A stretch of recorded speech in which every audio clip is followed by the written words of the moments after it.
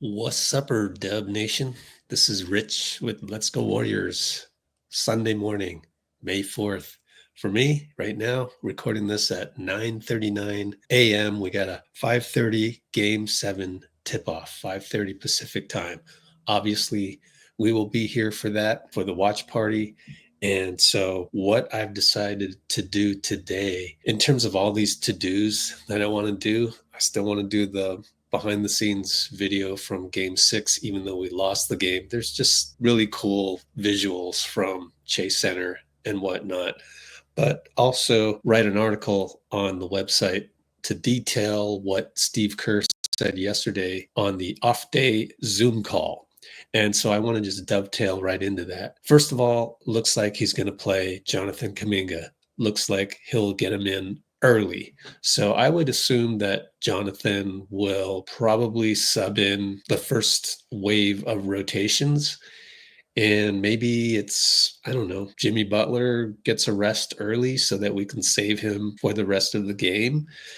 I'm not sure. And I'll put a link to the interview somewhere, probably in the description at the top of the comments, maybe, and maybe put a card somewhere in here if I can remember how to do that. Yeah, Jonathan Kuminga will be a factor, at least early. And then also he said Looney would get more minutes than he did in game 6. And my co-host stand-in, Bruce Morrow, who was in for Dean Chambers, who after game 7 was at work, so couldn't join us. But Bruce Morrow and I discussed at length all the different elements going into game 7. That's what will be in the rest of this podcast. Now, I just wanted to say one thing, which is there's only going to be so many game 7s left with Steph Curry. There's only going to be so many playoff games left with Steph Curry. You think about it, his contract ends in the summer of 2027. He's probably going to do, let's call it a 1+1, just kind of like what LeBron's doing with the Lakers and what he's done recently. And so it's almost like, okay, 2 more seasons after that. There's a lot of what ifs, right? If we lose game 7,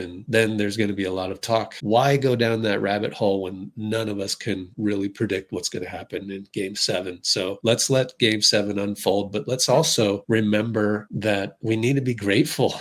We've only got so many game 7s or playoff games with Steph. So we've got to find the joy of that. And we as fans can certainly do that more so than the players, because the players, as I've said many times on the live streams, this is like glorified Gladiator and the Coliseum. It's a competitive environment for the athletes and the coaches, even the journalists, because they've got to be there. But us as observers and figuring out how to process all of this stuff, the way we've done it on Let's Go Warriors, is to try to go back to gratitude, joy, and emotional regulation, honestly, because that's how you also succeed in life. But in any case, the people that are in the fight, literally in the arena, it's a competitive environment. And so when you talk about appropriate fear, like Steph has to go into this game with appropriate fear, like, if I throw this ball to the other team and they get a layup, any one of these could cost me the game. We've already talked about Gary Payton losing Fred VanVleet on the first play in the fourth quarter. 4-point play, deficit of 2 points becomes 6 instantaneously. Steve Kerr said on the podium that was the play of the game. So there has to be appropriate fear for the players, the coaches, and also the journalists who are in the arena covering this and wanting to get the best story out with the most views and clicks. It could be a cameraman wanting to elbow somebody to get the best shot for game 7,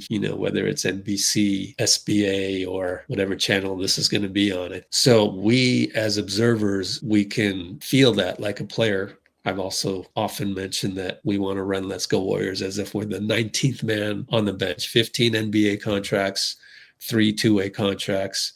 Become the imaginary 19th man and root for your team. But keep in mind also that we have the ability to escape that real quick, go back up to 32,000 feet, look at everything and enjoy it as well, and have that big picture in mind. Whereas if you're the 19th man on the team, your job isn't to think big picture on this particular night, right? But we, as fans and observers, we can do that. And so I want to do that just to maintain our sanity about this. And again, to infuse gratitude because that keeps the fun in it and it keeps the joy. So yeah, it is very nerve-wracking to think that the Warriors might lose this game and oh, what happens after that?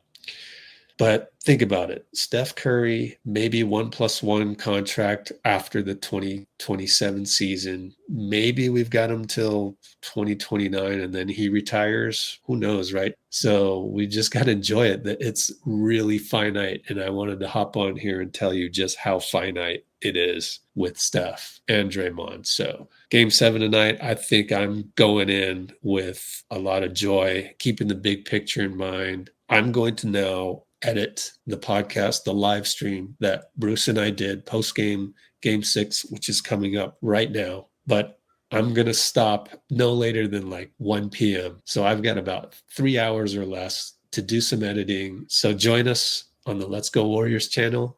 And here's me and Bruce from post-game Game 6. Thanks. I think the theme of the game is like, I know Bruce is going to come on here post-game and we're just going to talk about ad nauseum. You got to hit twos before you hit threes. First of all, you got to not turn the ball over. Then you got to hit twos before you hit threes. A few moments later. The way I look at it is if we don't figure out this double big lineup, then we deserve to lose. That's fine. Then they're a better team than us. Better coaching staff, better athletes. That's fine. And the Steph formula found its kryptonite. Ain't nothing wrong with that. At that point, then Lacob has some thinking to do. So it's interesting. Shit happens in life. Don't think that you're not going to have any problems in your life that's not going to come up that's equivalent to this problem that the Warriors in the game of basketball has. In your own life, you're going to come up with these insurmountable things. Trust me, you will. So again, the way I look at it, if we can't figure them out by Game 7, then they deserve to win. And maybe you question if we met our kryptonite. There's no shame in that. Everyone has kryptonite. The double big lineup, who'd have thought that'd be our kryptonite? But it is. Right now it is. It's not just the double big lineup. It's the double big with Amen and long guys. So you better figure it out. Our kryptonite is us. That's arguable. I don't know. Then, isn't that why people are saying we need size? But where is size that can be mobile in the Steph ecosystem? That's why we went after Lowry. So now everybody's going to go, oh, we need a big. But I don't know that works. I mean, unless the big is like Lowry Markkanen, probably. Even then, you'd have to really see it in action. But, who's your big? We have Quentin Post, Vucevic, can Vucevic run the pick and roll or wheel around or be on the opposite side of Draymond and Steph? Like that's the problem. The real problem is people don't understand. What are you going to do? Have your big, where are you going to put your big when it's Steph and Draymond doing the shared brain thing? Where are you putting them? So I don't know, but at least we got Looney. You can try Looney. Don't forget, when people say, no, we need a big, isn't that kind of disrespectful to Looney? But at least I'm glad you asked it in a polite way, not like, oh, we need a big man, like a, Sith Lord absolute, At least I'm happy for that. Yeah, Jimmy Butler did say we're fine. Yeah, Game 7, Jimmy. There you go. That's one of the most positive comments I've heard all day.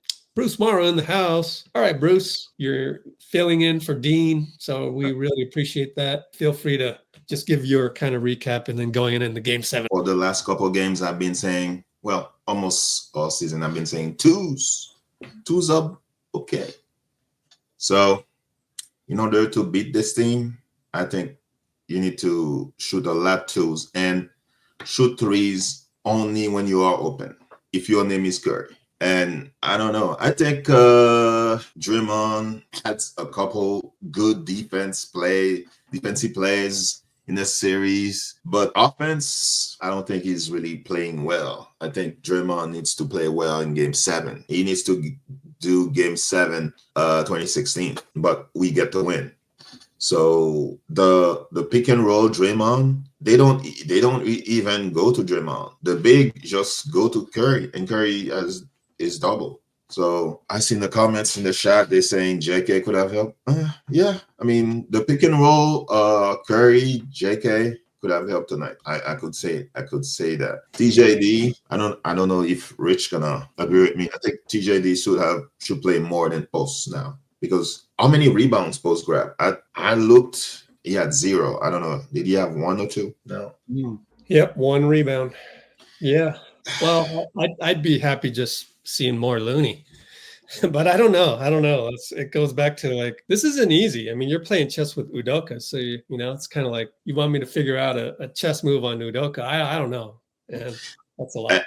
And I didn't think Van Fleet was going to be a crazy good shooter because all week before the series on the Warriors radio, they were saying, oh, Van Fleet struggles against the Warriors. He's like 5 of the last whatever. I was like, oh, no, we're going to lose. And Van Fleet all of a sudden is making all the shots.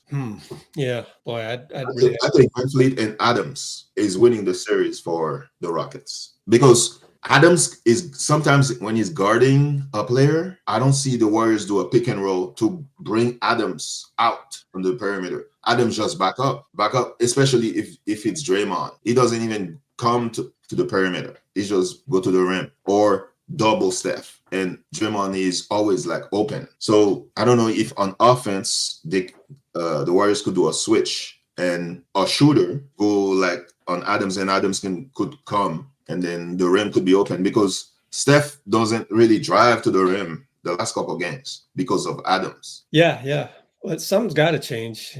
So anyways, Steve's at the podium. A few moments later. Van Vleet has been super hot past few games. Yeah. What have you seen defensively against him, and what could you guys change to? Well, we started Gary because of Fred. The last 2 games, he was 12 for 18 from 3. Tonight, I got hot again, 6 for 9. Tonight, it felt like offensive boards and kickouts. I thought we handled the pick and roll stuff much better than last game, and so it didn't feel like he was getting his threes on on pick and roll action. It was more, second chance opportunities. They got some offensive boards, kicked it out. They had 19 points off second chance. I think he had a couple threes off those. A few moments later. Steve, Draymond and Steph have played in 5 of these games each, and then Jimmy has 4. And then on the other side, Game 7s. Game 7s. The other side, they have 4 guys that have played a combined total of 10 Game 7s. From your experience, where does the Game 7 playoff experience factor in the most when you're in those type of games? You mean what aspect of the game? In the Game 7, yeah. Having been through those, when you have that type of experience. There's confidence, belief. I know our guys believe, and they'll be ready to go. Thank you. I mean, he seemed confident. He's trying to not panic, but I think there's some level of concern, especially for Van Fleet. I guess Van Fleet is going to be very tightly defended in Game 7. And a reporter said that 4 players on the Rockets play in Game 7. I think it's Van Fleet, Jeff Green, Steven Adams, and Aaron Holiday. All the other players, I don't think they have Game 7. They have experience with Game 7. So Warriors could think that, okay, they don't have experience in Game 7. I mean, they're going to be tight. So Warriors just have to take Rockets seriously. I don't think they took Rockets seriously until like tonight, until like the second half. I know. So, sure feels like that. All right, let's go to Draymond. A few moments later. I know you're kind of blaming the loss on some of the effort stuff that didn't go right, but you guys also missed, I think, 14 of your first 15 to start the fourth when you kind of lost control of the game. Like, what is so difficult right now offensively, particularly when, they're going very big and they go to a zone? I think it was less about the zone and more about we started off the fourth quarter a 2-point game and we gave up a 4-point play. And it's just like you lose the life. So you got to give them some credit. They're doing a great job defensively. That's who they've been. That's why they're the 2 seed. It's because they have a great defense.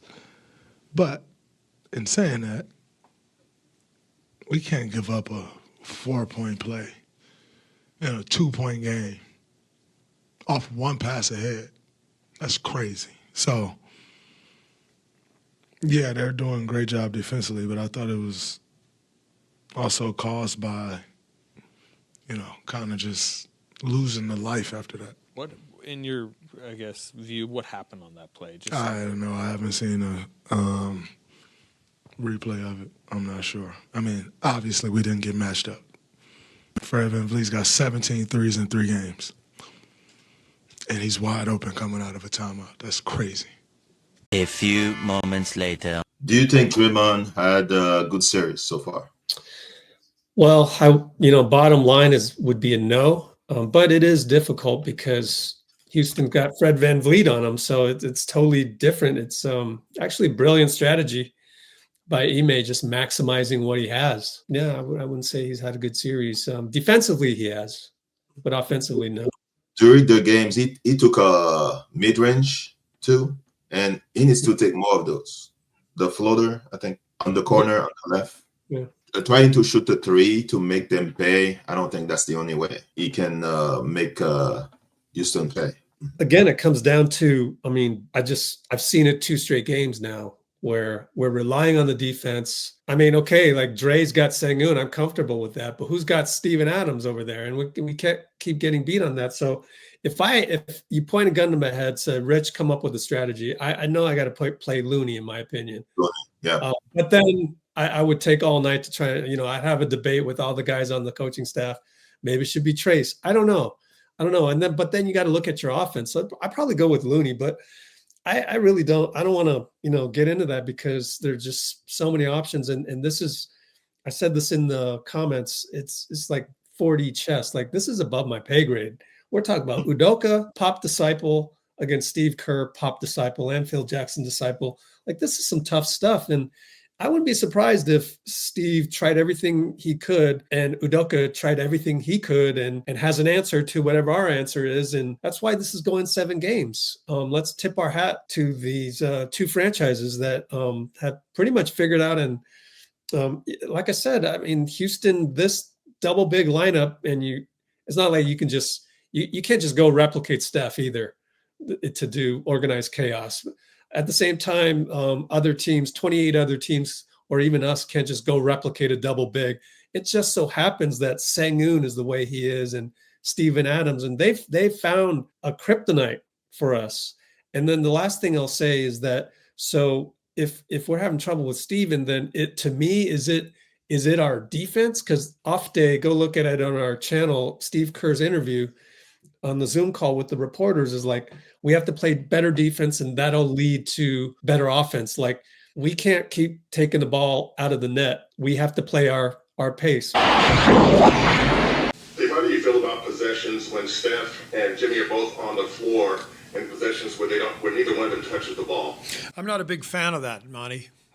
Yeah, I prefer when each one touches the ball, or at least one of them. So there were several possessions like that, and it's something that we've talked about all season. Is we have to play off of Steph because of the attention he draws, and then once we got Jimmy, that became a part of the mantra as well. Get the ball to Jimmy. So we'll do a better job of that tomorrow night. And some of that seems to bleed into your late shot clock situations where you either get a violation or you're close to it and you throw up a grenade. Is that their zone or is that just spacing? Honestly, to me, the number one thing is taking the ball out of the net every time. When a team shoots 90% of effective field goal percentage in the first half, it's really hard to generate pace and cross matches and advantages. And now you're playing against a set defense, zone defense. So our offense will improve tomorrow if our defense improves. I want to see, even if we do take the ball out of the net, if we can't score against that zone in a set defense, then what are we doing here? You can't get a stop every single time. There's going to be set defense situations. And that's what happened in the second half, like just the flow of it. You can feel it. I need to see X's and O's, chess, 4D chess, 5D chess. We need to break the zone. That's what we need to do. That's what I feel like. But I could be wrong. You never know in this game. Warriors had 17 turnovers and Rockets scored 22. There's your offense. Yeah. So I think we need to beat the zone. And I don't care about defense. We're playing good enough defense, I feel like. But I don't know. Maybe Draymond's right. Maybe the tape shows that, we're not hustling after this, after that. So we need shooters to beat the zone. No, not necessarily. Beat the zone with two pointers, get cutters. I think Jonathan could work, but again, I don't want to go down that tangent because then all the people on social media want to do is argue about, oh yeah, we should have played JK more. And the emotion of something being wrong and I need to fix and plug a hole right now. And oh, JK, that's a good, little cork I can plug this hole with, when they don't really know what the solution is. I don't want to go down that path. So my gut tells me if I were coaching the Warriors, I'd somehow, spend the next 36 hours with no sleep trying to X's and O's and trying to figure out how to get JK into that. But I could be wrong. Because Steve could come up with something else, or Draymond could be right. It could just be about the hustle. So this is like, I'm at a point where like, boy, I don't know what to suggest, but it's fine for people to suggest. I just want to temper that. So like somebody saying, oh, we need to, I think it was Matt Mills. I didn't get a chance to type it in, but, oh, we need to insert, I forget what it was. What XYZ? Maybe it was Trace and Looney or something like that. We need to put Trace and Looney in there or something like that. If your guess is the same as Steve and we win, then you're a genius. If your guess is not the same as Steve and we win, then you're not a genius. If your guess is not the same as Steve and we lose, then you might be right. and then there's probably a fourth option. It's just like all the options are open right now. So there's a lot of combinations, right? So all I know is I don't want to do the same thing that we just lost 2 games with. And some of those same things are like, give the ball to Jimmy was the narrative from Steve yesterday. Obviously can't turn the ball over. Yeah. Well, Jimmy's at the podium. So any closing thoughts? Move the ball. A few moments later. I mean, you and Steph obviously carried the heaviest load on the offensive end, but what do you need from your supporting cast? I mean, is it effort? Is it just production? Is it efficiency? What do you need from the guys to kind of get this team where you want to be? Confidence. Keep them confident. Keep doing what y'all are doing.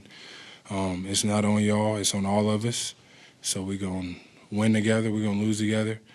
But I know we're definitely going to win together come Sunday. And how would you describe the vibe before the game tonight, going into this game? We good. We smiling. We listen to our music, celebrating life, and we're ready to compete. We were ready to compete tonight. Things didn't go our way. Okay, we're gonna be ready to compete on Sunday, and we're gonna make the game go our way. Steven Adams was a factor for the Rockets tonight. Just going into Game 7, how do you guys kind of adjust to what he was able to do tonight if he's able to do that at home in Game 7? Right. I think we got to stop focusing so much on them and focus on us. If we do that, then we're going to be fine. We're not going to sit here and act like we've been playing our best version of basketball, because we haven't. And they've been doing okay, but they haven't played their best version of basketball either. So what we're going to do, we're going to focus on us. We're going to get the ball from Steven Adams for the last time, but we got to focus on us. We can't keep focusing on the Houston Rockets. Jimmy, from the outside, a lot of people are saying, oh, my God, this team is veteran, 35, 37, and now they got to go all the way back to Houston with very little rest and win another game, and that's going to be so hard. How do you guys react to this kind of noise about age and travel and the toll this series is taking? I've never been one to listen to the outside noise or people as a whole, because they just be saying stuff and half of it don't make sense. So we'll be all right. I mean, I'm 35. I can't remember how old Steph is. I think Dray 35 too. We'll be all right. Everybody got to travel the same distance. It ain't like we're going to go around the world and then land in Houston and they only got a 5-minute flight to Houston. So they got to travel just like we got to travel. A few moments later. It's good to have confidence. Warriors have their back against the wall. If you come very sad or depressed, that's not a good start. He's saying they're playing music, they're confident, same distance, traveling. That's a good booster. I mean, it's the mental now. Now in Game 7, it's all about mental, the psyche. You cannot go into Game 7 already defeated. I mean, it's 3-3 already, so it's too late to go back to the past 2 games. So now get ready for Game 7, rest. It's over already. It is a must right now. I mean, I remember when Jimmy was like 3-0 against the Celtics, conference finals, and went to Boston and won. The Warriors lost to the Rockets in Game 6.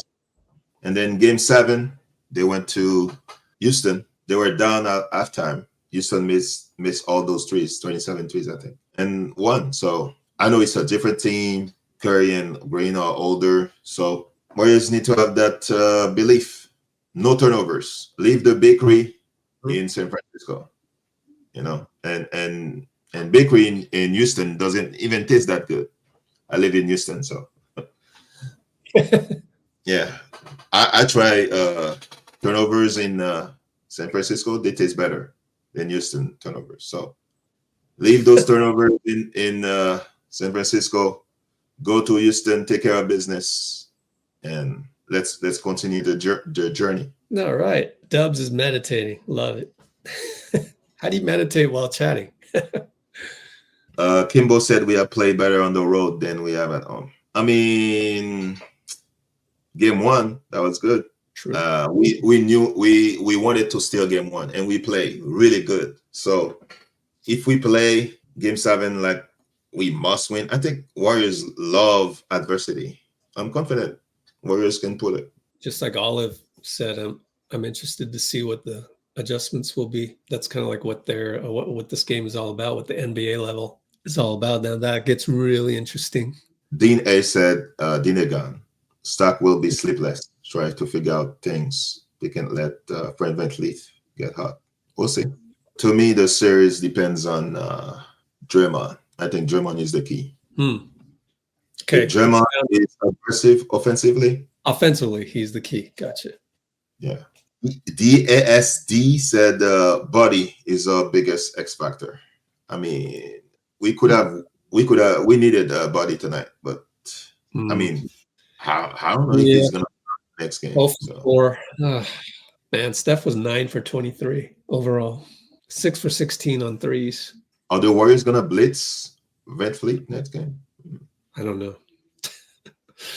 I don't have any answers for you guys. But I'm gonna sleep tonight, and I'm gonna sleep tomorrow night. I'm not gonna go sleepless. Exactly. So exactly. Steph turnover, yeah. He threw the ball at the feet of players so many times. I think there was one at Moody's feet. When Steph is double, somebody needs to come and so he can get the ball to that person. When he has no turnovers, it's sensational. So I think the Rockets gonna he suffered from Steph in 2022. So he knows what Steph is capable of. So we're probably gonna see one more wrinkle of Ime, or another blitz of Steph. So the others have to play. They cannot rely on Steph to have 50 in game 7 like 2023. The others have to step up. Cannot wait for Butler or Curry to carry the team. If Buddy start next game, he needs to have his greatest playoff game.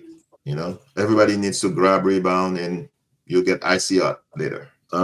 Yes, Bloomer, Buddy is due, and I believe Buddy is gonna have a great game in 7. According to Pinky, Rockets will blitz Steph. Warriors need strength in numbers and go back with their identity moving the ball. Yes, they haven't really moved the ball. It's just one pass and then shoot.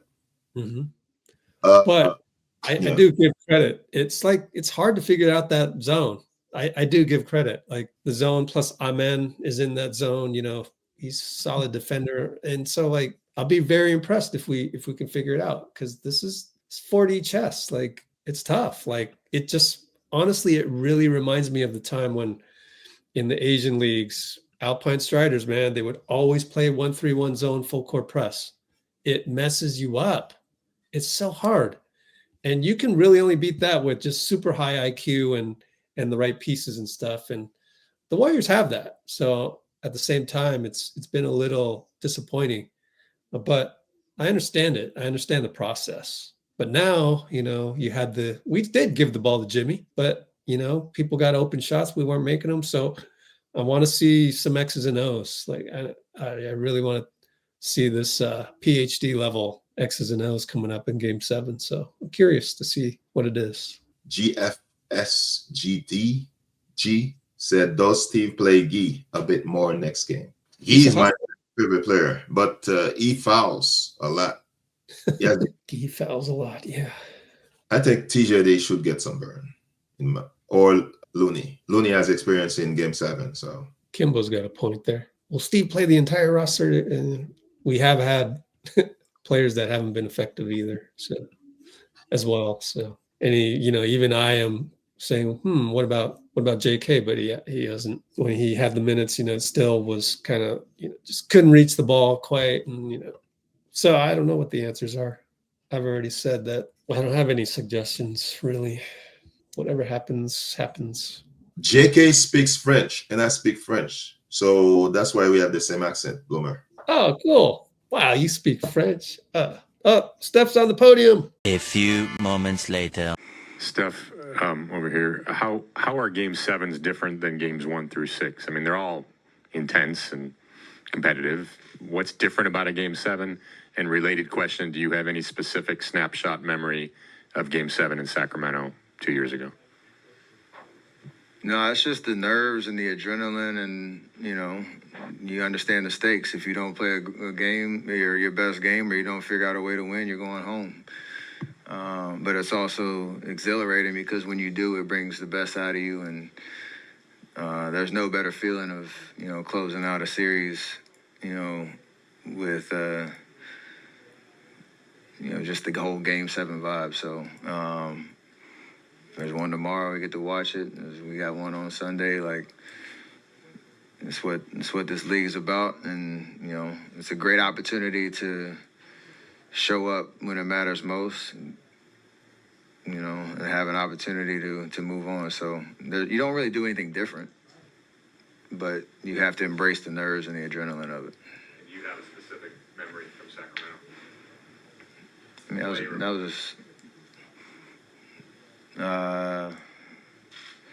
was just a great game overall. Hopefully I can repeat that. Asked Draymond earlier about how there were some moments in this game when your guys were frustrated, visibly frustrated, Draymond, Pods, and I said, is that because of something that Rockets were doing to you guys, or is it because of something you guys weren't doing? He had an answer. What's your answer to that? Why was the frustration level sort of visible at times today? There were momentum plays that you want to have back, like 50-50 balls that we didn't get, offensive rebounds that we let them have, just breakdowns where they're getting open looks. There were times we would make a run, we couldn't get over the hump, and now you understand there was pressure to win on your home floor. They're playing great. Like, you got to give them credit. It's not like we're just laying an egg and rolling over. We're fighting. We're trying to compete. There's just in the margins some things that we can do better and control what we can control. And I think we can do that in Game 7. Steph, knowing that things change year to year in this league, how much does will play a factor in just wanting to have another game, another series with this particular group of guys on your team? It's kind of baked into the nature of a Game 7. If you don't show up with that appropriate mentality, then you got a long vacation ahead of you. So you don't want to be the team that's packing up. We're packing for a week, getting on this plane to go to Texas and hopefully go to Minnesota right after. That's the approach, and I know we're all excited about the fact that we still have life left, even though these last two games haven't gone our way. Great, thank you. Appreciate that. Yes. Seems like a guy who knows he has to be special Sunday. He knows that because he said that hopefully he can repeat it. So I'm hoping that he doesn't have to repeat it and the others show up. Butler helps, Green helps, Buddy Hield. But if he has it another game, that'll be awesome. Warriors just need a win. So there's no other game left. So it is time to take the Rockets seriously. Win the first quarter. I mean, how many first quarter the Warriors have won in this series? I don't think a lot. So Warriors have to come out first quarter and dominate and tell to the Rockets that's not your time yet. Yeah, I totally agree with you. Win the first quarter, damn it. Yeah. I mean, I don't think they won a lot of first quarters. So Yeah.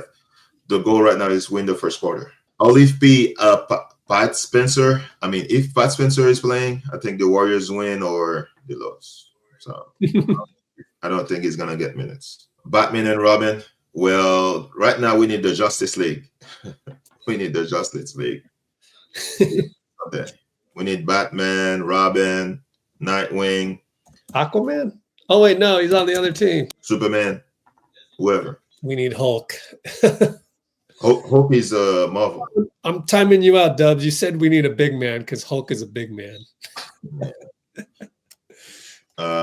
Wait, he's not Justice League though. He's Avengers. Yeah, Avengers. That's the wrong team. Well, GB2 was not Tarzan today. He was George in the jungle. George of the jungle or something. I know. Guy needs to be Zorro. He looks like Zorro, doesn't he? Yeah. There we go, Kimbo. Yeah, we all would have been happy with a Game 7 if I told you that 2 months ago, right? That's a no-brainer. So that's another way to look at it. I mean, that's a nice comment, but I cannot say I'm proud of this team yet because I want to win. If we lose, I'll say that. But remember this season. This season, you were saying GP2. Every game he has one bonehead play. And then yeah, can we make it 0 just for Game 7? Steph, many of your teammates have come in here and said that the downfall tonight is not getting after the 50 balls, the want to kind of get those hustle plays and have them go in your favor. Why do you think that is happening, and how do you think that changes in Game 7?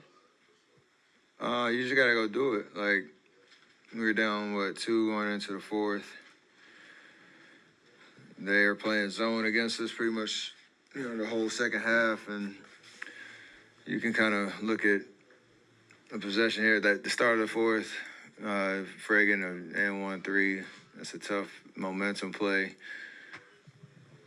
Jabari got 2 threes off of a good hustle play, a tough turnover, and then another offensive rebound that turned into a 3 that,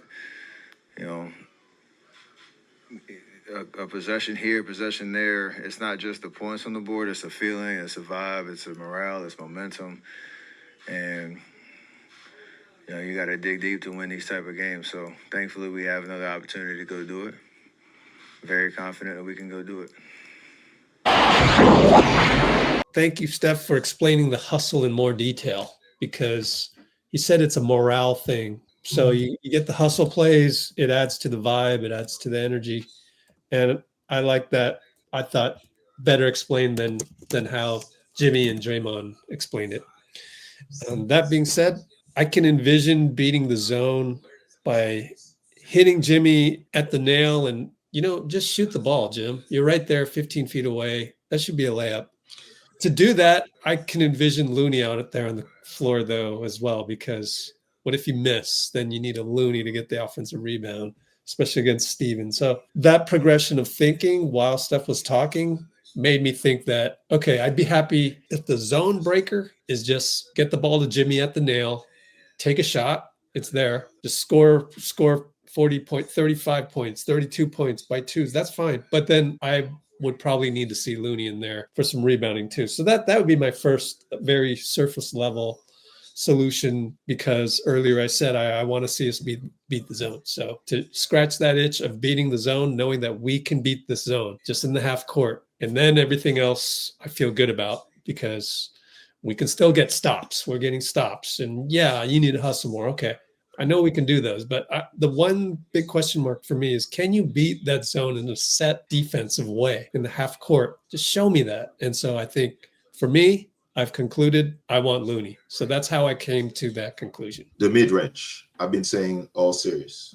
The mid-range. Isn't that a good way to... I mean, I saw Moody shoot a mid-range a couple times. Here we've got Kimbo is also saying, we had a lot of hand grenades. Yes, didn't we? And I think one of the reporters was asking about the overpassing and where's the fine line between trying to find Steph versus taking your own shot. And so I think really the underlying impetus for those questions was because he noticed there were a lot of hand grenades.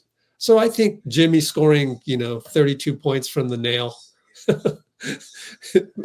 That's fine. That'll solve some of the hand grenades, but let's get other people involved because then you make them react.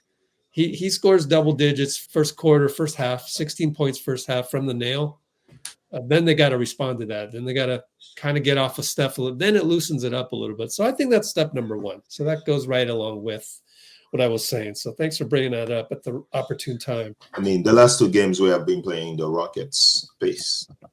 Warriors need to make the Rockets play their pace and turnovers and go on transition. We did that in one stretch tonight. Just one stretch, I think it was. Yeah, when Curry was on fire and then Paul shot the three for no reason. Yeah.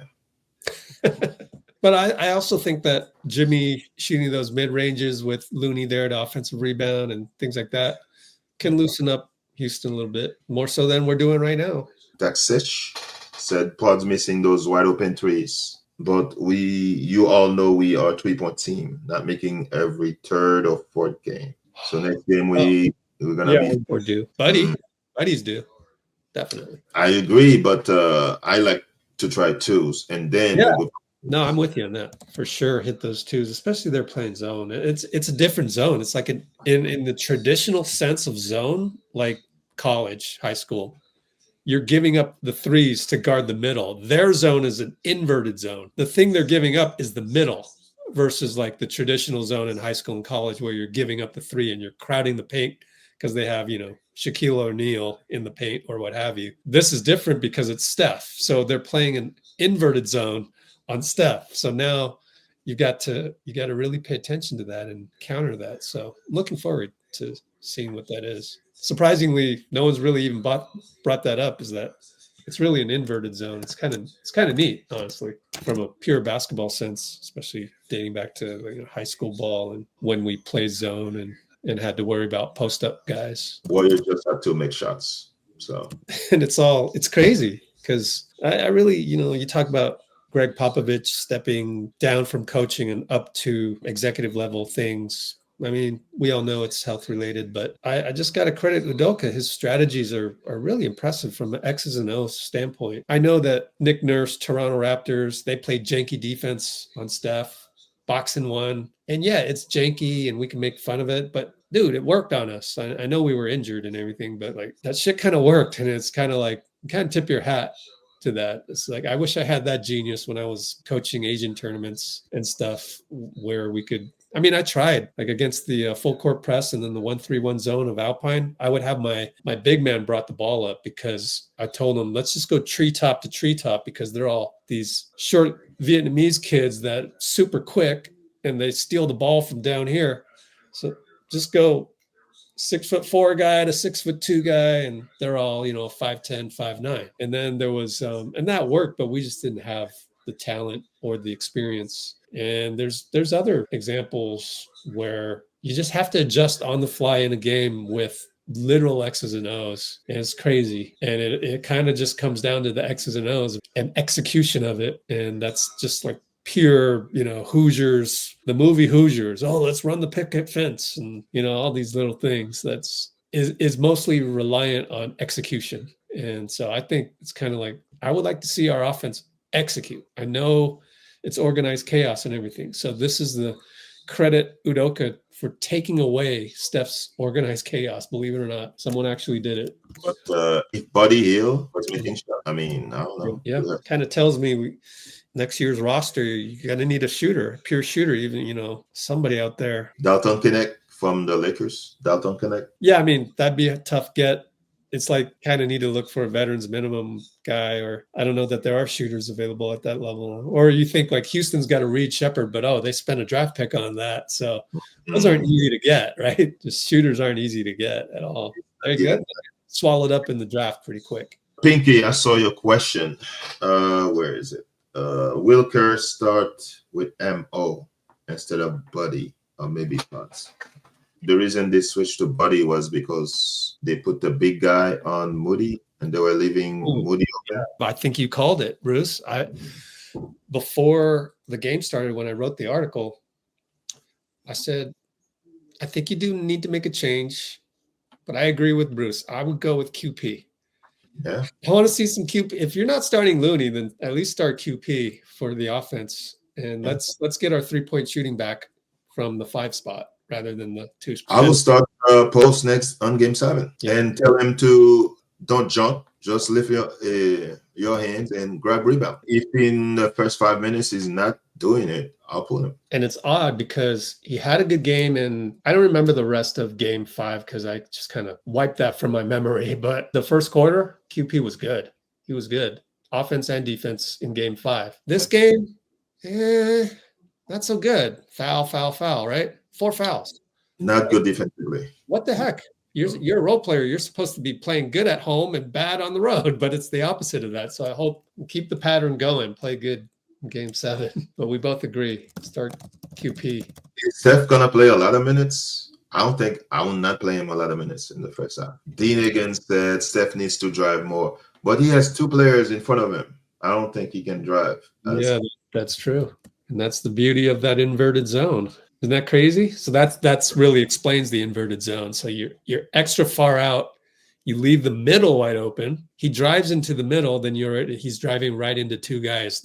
The other 2 guys he beat, but now you're driving right into 2 guys. So it's very unique. You're just not going to see that anywhere else unless Trae Young goes crazy one game and somebody decides to copy Udoka and they have 2 bigs or something like that. The reason why it's working because there was a guy in Golden State who was not there anymore. It was in Dallas. They couldn't do it because yeah, that other guy was there. They couldn't do it because he was gonna shoot all those threes. That's what Coach Kerr was trying to recreate with Buddy. Yeah, but Buddy is not the Hall of Famer guy. The guy in Dallas. I don't want to say his name, but yeah. Yeah, in case anybody was wondering just what was going on there with Bruce. I mean, he could have helped. Yeah, against Houston. Yeah. And then for all the other series, he's a liability on defense, right? So it's all matchups. You can't just, go all out and go get a big man just to Dwight Howard, I saw in the comments. Dwight Howard? For Houston, for this particular series, maybe you have a counter on Steven Adams or what have you. But it's not a video game. You got to play a whole 82 games and then you get here. You don't just automatically go, oh, we play Houston first round and they're going to do double big and, oh, we should have got a big man. No, it doesn't work that way. There's a whole process to this. Dean again said, my concern with JK is that the ball slips his hands when he gets bumped. You mean like Steph? That's true. There can always be the argument that the turnovers can't get any worse than they already are. There can always be that argument. Yeah, that's kind of like JK's automatic rebuttal. And even Marcus Thompson said that. So Draymond has awful turnovers. Like tonight, I don't know. There was one turnover. I didn't know. Threw it behind Gary. I think the issue Kerr has with JK is no effort on rebounds or get the ball. Or sometimes he doesn't go to the rim. He just ball watching.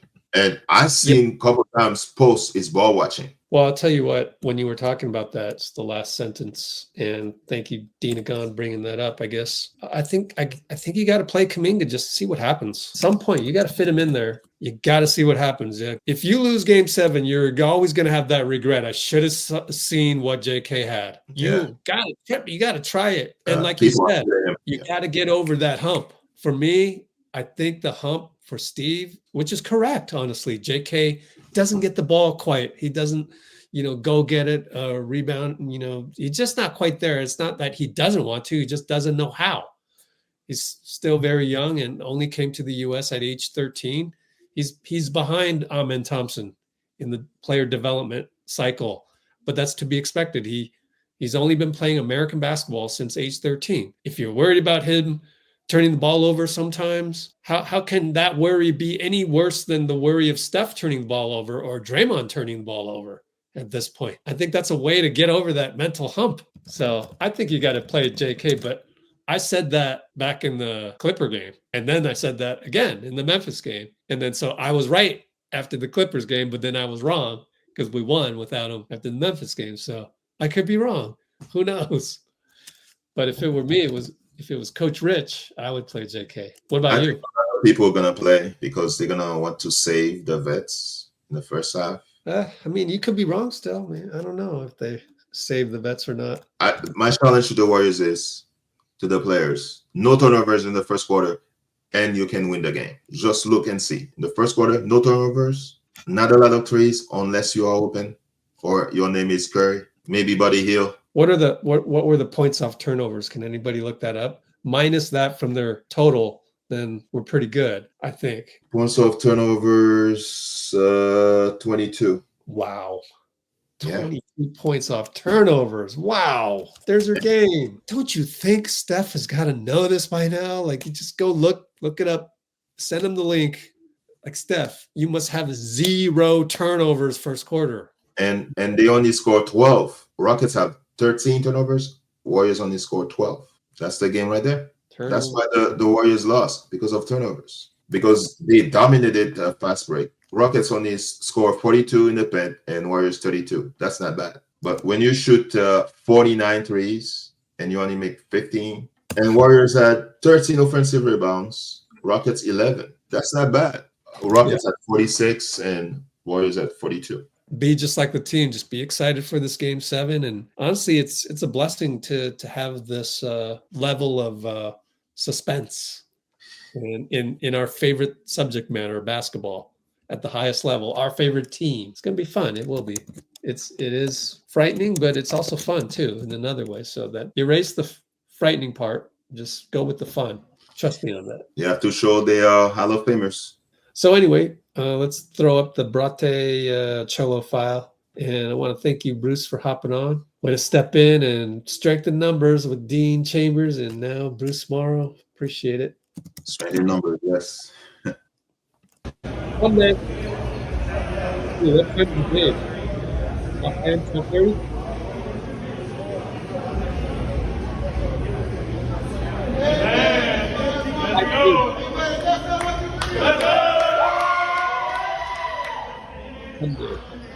Today he came back. He came here today talking about how he got a new blicky. For the uninformed, what's a blicky? You don't know about no blicky, man. You had a blicky? You told me you had a blicky growing up. Yeah. You was a shooter. A strap. Yeah, that's a blicky.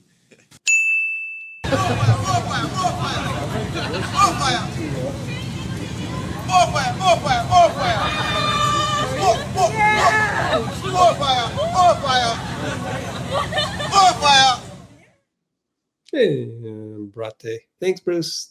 Bye. Bye-bye.